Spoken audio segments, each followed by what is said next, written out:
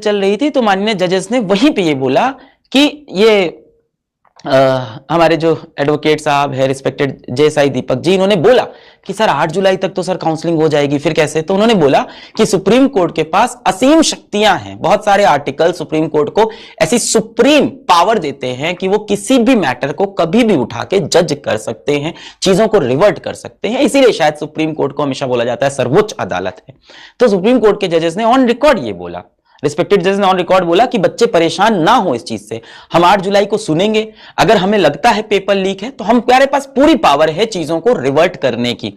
ये एक होप हमें देता है। मुझे पता है प्रैक्टिकली ये थोड़ा सुनने में इम्पॉसिबल लगता है, मेरे जैसे एक आम इंसान को भी प्रैक्टिकली बड़ा ही चैलेंजिंग लगता है कि एक बार काउंसलिंग हो जाएगी, एडमिशन हो जाएगा, वो बच्चा कॉलेज में बैठा होगा, हॉस्टल की फीस दे चुका होगा, कॉलेज की फीस दे चुका होगा, मतलब प्रैक्टिकली ये सुनेंगे। हमने बहुत ही रिक्वेस्ट की कि इसको और पहले सुन लिया जाए, ये मुद्दा ऐसा इंपॉर्टेंट है, बट ठीक है, मतलब यहां आप क्या कर सकते हैं।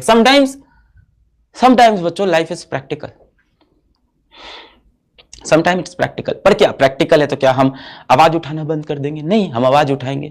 क्या हम अपनी बातें नहीं रखेंगे? नहीं, हम अपनी बातें रखेंगे। क्या मामला अभी भी सुप्रीम कोर्ट में नहीं? नहीं, मामला सुप्रीम कोर्ट में।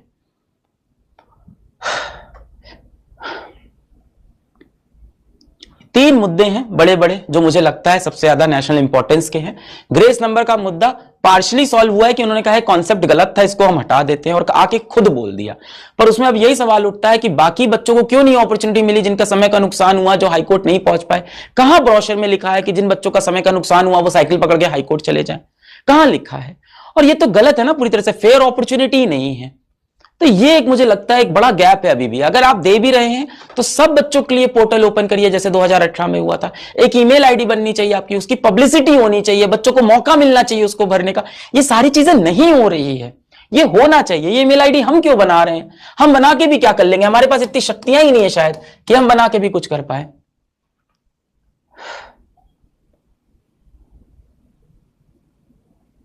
हम क्यों लड़ रहे हैं? अरे यार, तो हर लड़ाई ना बेटा जीवन में जीतने के लिए नहीं की जाती। हर लड़ाई जीवन में जीतने के लिए नहीं होती। कुछ लड़ाई इसलिए होती है ताकि दुनिया याद रखे कि लाखों ताकतें सामने थी, फिर भी एक इंसान था जो इंसाफ के लिए लड़ता रहा, अभी तक का मुद्दा था। यही हमारी डिमांड है। ज्यादा बड़ी डिमांड भी नहीं है, छोटी डिमांड है बहुत। ऐसा नहीं कि पूरी नहीं हो सकती, बहुत छोटी डिमांड है। हाई पावर इंडिपेंडेंट कमिटी बना दिया आपने, एक्स सुप्रीम कोर्ट के जज को लगा दिया आपने, वो फाइंडिंग लेके अपनी 7 दिन के अंदर सबमिट कर दें। अब हाँ, बहुत समय बहुत चैलेंजिंग है, 7 डेज के अंदर सबमिट कर दें। देखिए, मैंने कहीं नहीं बोला कि ऐसा है कि आप तुरंत रीनीट करा दो। प्रैक्टिकल सोल्यूशन की बात हो रही है, ऐसा थोड़ी कि मजाक से चुटकी दबाई रीनीट। प्रैक्टिकल सोल्यूशन है। पर अगर ये कमिटी ऐसा बोलती है तो कराना पड़ेगा। Let's have a third party committee ना। एनटीए कैसे अब डिसीजन ले रहा है, वो एजेंसी कैसे अभी भी आगे फैसले लेते जा रही है, जिस एजेंसी ने ऑलरेडी गलतियां की हैं, प्रूव हो रहा है। एक्सेप्ट करने को रेडी नहीं थे, जिन्होंने 7-8 दिन इंटरनेट पे, मेल पे किसी बच्चे की आवाज नहीं सुनी। ऐसी अनइमोशनल एजेंसी के फैसलों पे हम कैसे डिपेंड रह सकते हैं आगे? हमें चाहिए एक इंडिपेंडेंट कमिटी जो आके बताए कि ये नंबर 1563 है या 15,000 है या 1563 ही है, बता दे कि और कोई बच्चा नहीं निकलेगा किसी और स्टेट से, और अगर निकल आया तो कितनी बड़ी दुविधा हो जाएगी फिर। ये बड़ा नेशनल इंपॉर्टेंस का मैटर है। उनके डेटाबेस में और क्या इश्यू है ये निकालना पड़ेगा हमें।